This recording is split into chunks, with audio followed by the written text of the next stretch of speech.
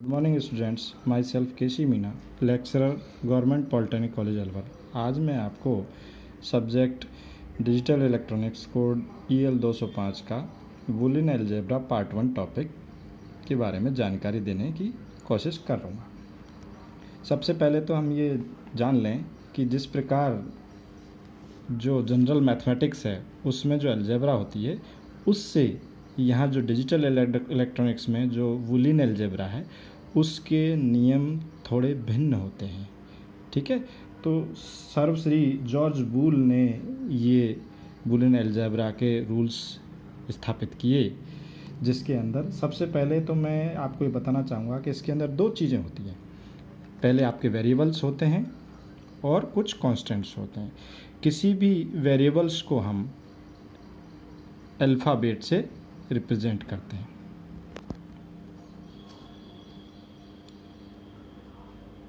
Represented variables, for example ए। ठीक है, अब ए का जो वैल्यू है वो या तो 1 हो सकती है या 0 हो सकती है, सिर्फ दो ही वैल्यू हो सकती हैं। ठीक है, दूसरा जो सामान्य तौर पर हम मैथमेटिक्स के अलजेब्रा में पढ़ते हैं कि 1 + 1 2 होता है या a + a 2a होता है, उस प्रकार बूलियन अलजेब्रा में यहाँ नहीं होता। यहाँ 1 प्लस या a + a होगा या 1 + 1 1 होगा। तो ये जान लें कि बूलियन अलजेब्रा के जो नियम हैं वो सामान्य अलजेब्रा से थोड़े भिन्न हैं। तो सर्वप्रथम मैं आपको ये बताना चाहूँगा कि इसमें कुछ वेरिएबल्स होते हैं जिनको कि हम अल्फ़ाबेट्स की सहायता से रिप्रेजेंट करते हैं। For example A, B, C, D मान लीजिए वेरिएबल्स हैं। ठीक है, तो ये 4 वेरिएबल्स हैं। इन वेरिएबल्स की जो वैल्यू है वो आपका 0 या 1 हो सकती है। ठीक है, इसी प्रकार इन वेरिएबल्स का दूसरा नाम को हम लिटरल्स के नाम से भी पुकार सकते हैं। लिटरल्स मतलब वेरिएबल। ठीक है, दूसरी चीज़ है आपकी कांस्टेंट्स। तो कांस्टेंट्स की जो वैल्यू है वो आपका बूलियन अलजेब्रा के अंदर या तो 1 होगी या 0 होगी। ठीक है, अब आप सामान्य जो बूलियन अलजेब्रा के जो ऑपरेटर्स हैं उनके बारे में बताना चाहूँगा मैं। जो बूलियन ऑपरेटर्स कौन कौन से होते हैं। ऑपरेटर्स जैसे एडिशन का अपन नॉर्मली जो सामान्य मैथमेटिक्स में एडिशन को यहाँ पर बोलते हैं ऑरिंग। तो जो प्लस ऑपरेटर है वो होता है आपका ऑरिंग के लिए। ठीक है, ऐसे ही जो सामान्य मैथमेटिक्स या बूलियन जो मैथमेटिकल अलजेब्रा में हम मल्टीप्लिकेशन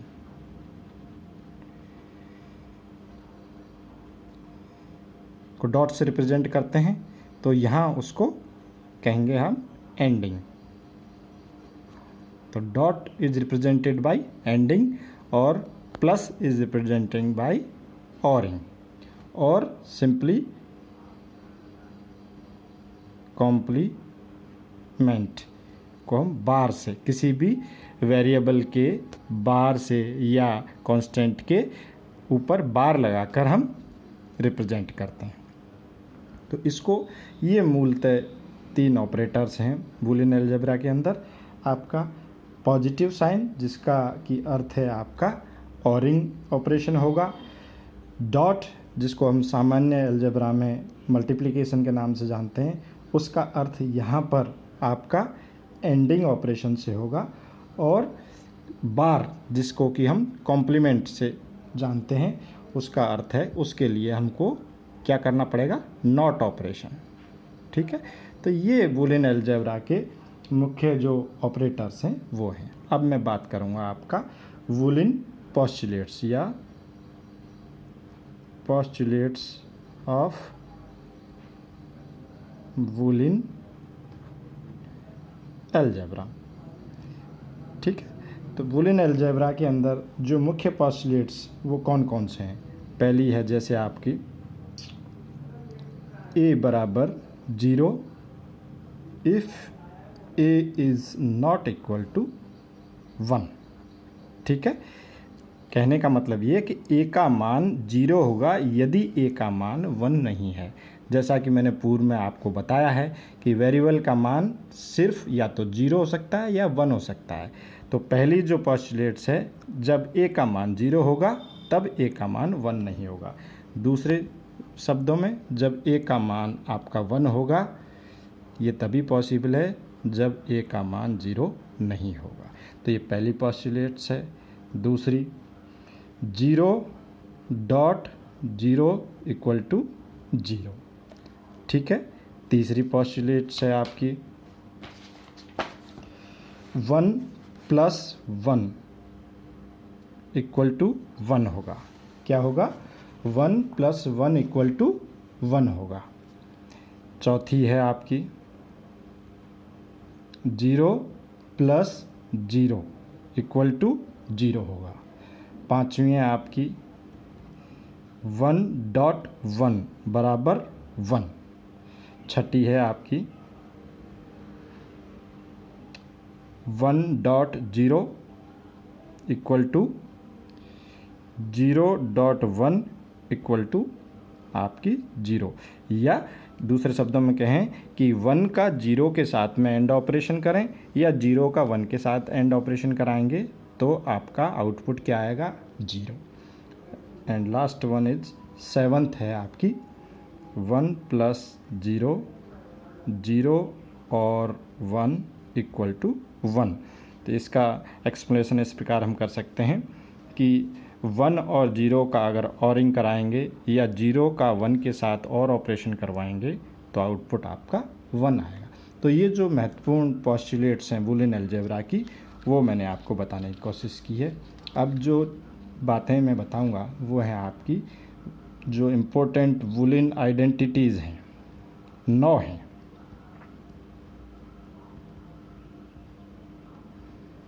ठीक है, सामान्यतः बूलियन आइडेंटिटीज़ में क्या है? एक वेरिएबल होगा और एक कांस्टेंट होगा, लेकिन किसी किसी में आपका दोनों वेरिएबल भी हो सकते हैं।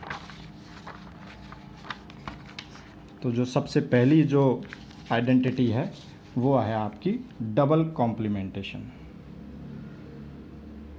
डबल कॉम्प्लीमेंटेशन मतलब किसी भी वेरिएबल के ऊपर डबल बार।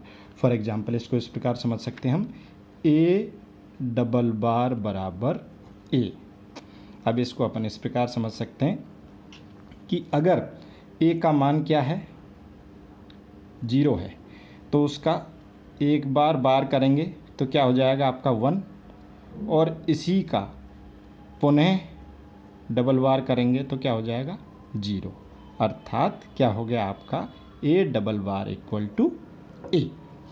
इसको अपन जो नॉट ऑपरेशन से इस प्रकार दिखा सकते हैं। ये देखिए आप, ये नॉट गेट है।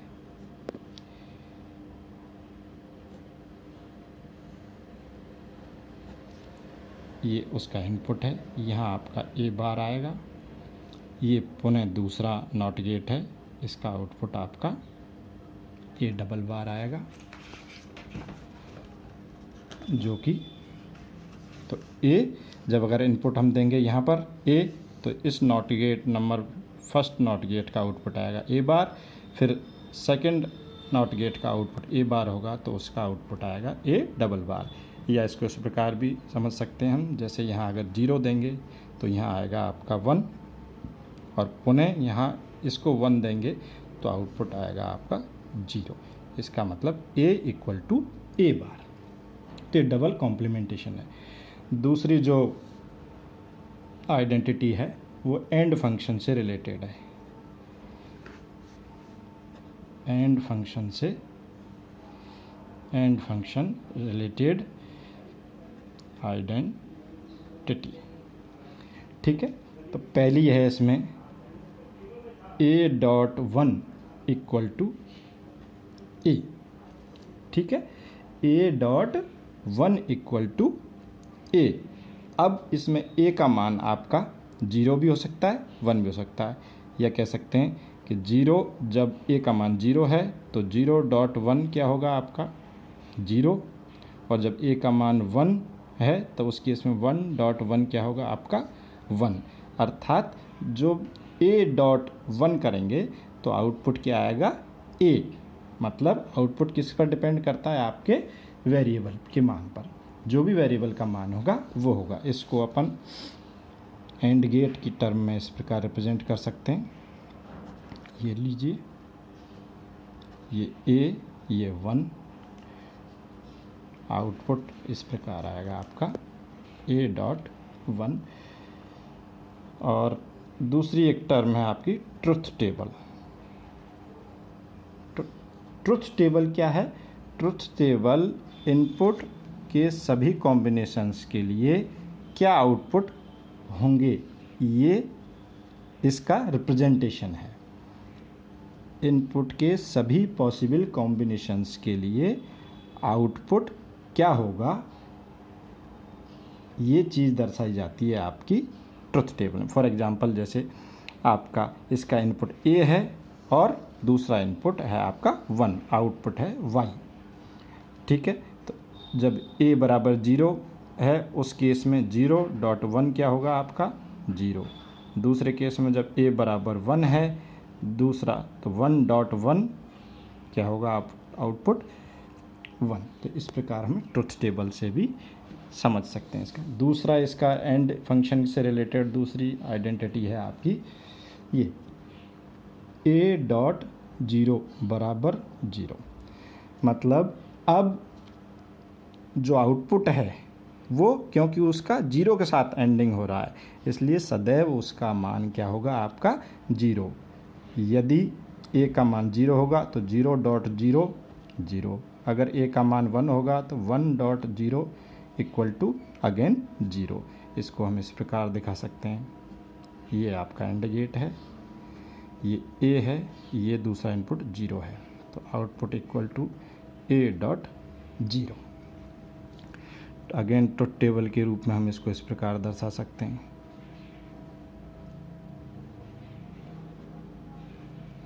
ये A है, ये 0 है, ये आउटपुट है। जब A का मान 0 है तो 0.0 0, जब A का मान 1 है तो 1.0 अगेन 0। तीसरी जो इसकी आइडेंटिटी है वो ये होगी एंड फंक्शन से रिलेटेड आपका A.A इक्वल टू A, ठीक है, A.A इक्वल टू A। इस केस में इफ़ 1 A इक्वल टू 1 तो 1.1 क्या होगा आपका 1। यदि A का मान 0 है तो 0.0 क्या होगा आपका 0, ठीक है। चौथी जो आइडेंटिटी है इसकी वो है आपका A.A बार इक्वल टू 0। इसको इस प्रकार समझ सकते हैं अपन। इफ़, अब यदि A का मान 0 है तो 0.A बार 1, तो 0.1 क्या होगा आपका 0। यदि A का मान 1 है तो 1.A बार 0 हो गया, तो 1.0 अगेन 0। तो इस केस में यदि किसी वेरिएबल को उसके बार के साथ या उसके कॉम्प्लीमेंट के साथ में एंड ऑपरेशन या एंडिंग कराई जाती है तो सदैव आउटपुट आपका क्या आएगा 0, ठीक है। तो ये तो हो गया आपका एंड फंक्शन से रिलेटेड आइडेंटिटीज। अब और फंक्शन से रिलेटेड आइडेंटिटीज, तो 9 में से कितनी हो गई? एक तो डबल कॉम्प्लीमेंटेशन की और 4 आपकी एंड फंक्शन से रिलेटेड, तो हो गई 5। अब आपकी 4 इससे और फंक्शन से रिलेटेड हैं, जिसमें पहली है आपकी A+1 = 1। इसका मतलब क्या होगा? यदि ए का मान 0 होगा तो 0 और 1 क्या होगा आपका 1। फिर दूसरा ऑप्शन, ए का मान यदि 1 है, 1 और 1 इक्वल टू क्या होगा अगेन 1। तो यदि किसी वेरिएबल को 1 के साथ में ऑरिंग करवाएंगे तो सदैव उसका आउटपुट क्या आएगा 1। इसको हम इस प्रकार भी समझ सकते हैं। और गेट, ये और गेट है, इसका एक इनपुट ये दे दिया, एक दूसरा इनपुट ये है, एक इनपुट ए है, दूसरा 1 है, तो output equal to A plus 1 equal to सदैव 1। ठीक है, ट्रुथ टेबल में वापस हम एक की आपको समझा देता हूँ। ये देखिए आप, ये वेरिएबल सेकंड एंड ये आउटपुट, ये आउटपुट, ये 1, ये वेरिएबल ए। ठीक है, अब ए का मान 0, 1 कांस्टेंट है तो आउटपुट क्या आएगा आपका 1। अगेन ए का मान 1 है और ये तो 1 कांस्टेंट है ही, तो 1 प्लस 1 अगेन 1। तो इस प्रकार और फंक्शन से रिलेटेड जो पहली आइडेंटिटी है ए प्लस 1, वो सदैव आपकी 1 आउटपुट देगी। दूसरी आइडेंटिटी है और फंक्शन से रिलेटेड, वो ये है आपकी a plus 0, a plus 0 equal to a. इसको इस प्रकार समझ सकते हैं, इफ़ ए का मान क्या है 0 प्लस 0 बराबर 0, क्योंकि ए का मान 0 है तो आउटपुट भी 0 है। अगर ए का मान 1 है, 1 प्लस 0 इक्वल टू 1। तो अगर हम किसी 0 को किसी वेरिएबल के साथ में ऑरिंग करवाएंगे तो आउटपुट सदैव वेरिएबल के मान के बराबर आएगा। इसको इस प्रकार हम दिखा सकते हैं ऑरिंग गेट्स के थ्रू। ये ए, दूसरा इनपुट 0, तो आउटपुट क्या आएगा सदैव आपका ए। ठीक है, इसकी जो तीसरी आइडेंटिटी है वो ये है आपकी ए और ए इक्वल टू ए। इसको हम इस प्रकार समझ सकते हैं, अगर ए का मान 0 है तो 0 प्लस 0 बराबर 0, अगर ए का मान 1 है तो 1 प्लस 1 बराबर 1। अतः दूसरे शब्दों में हम कह सकते हैं कि अगर किसी वेरिएबल को उसी वेरिएबल के साथ में ऑरिंग करवाएंगे तो आउटपुट सदैव उस वेरिएबल के बराबर आएगा। इसको एंड और गेट की सहायता से इस प्रकार हम समझ सकते हैं। ए दूसरा, दोनों आउटपुट ए वेरिएबल हैं तो आउटपुट भी आपका ए वेरिएबल आएगा, या इन दोनों को शॉर्ट कर दें तो एक बना दें तो भी आउटपुट आपका ए आएगा। ट्रुथ टेबल आपकी इस प्रकार दर्शा सकते हैं इसमें हम।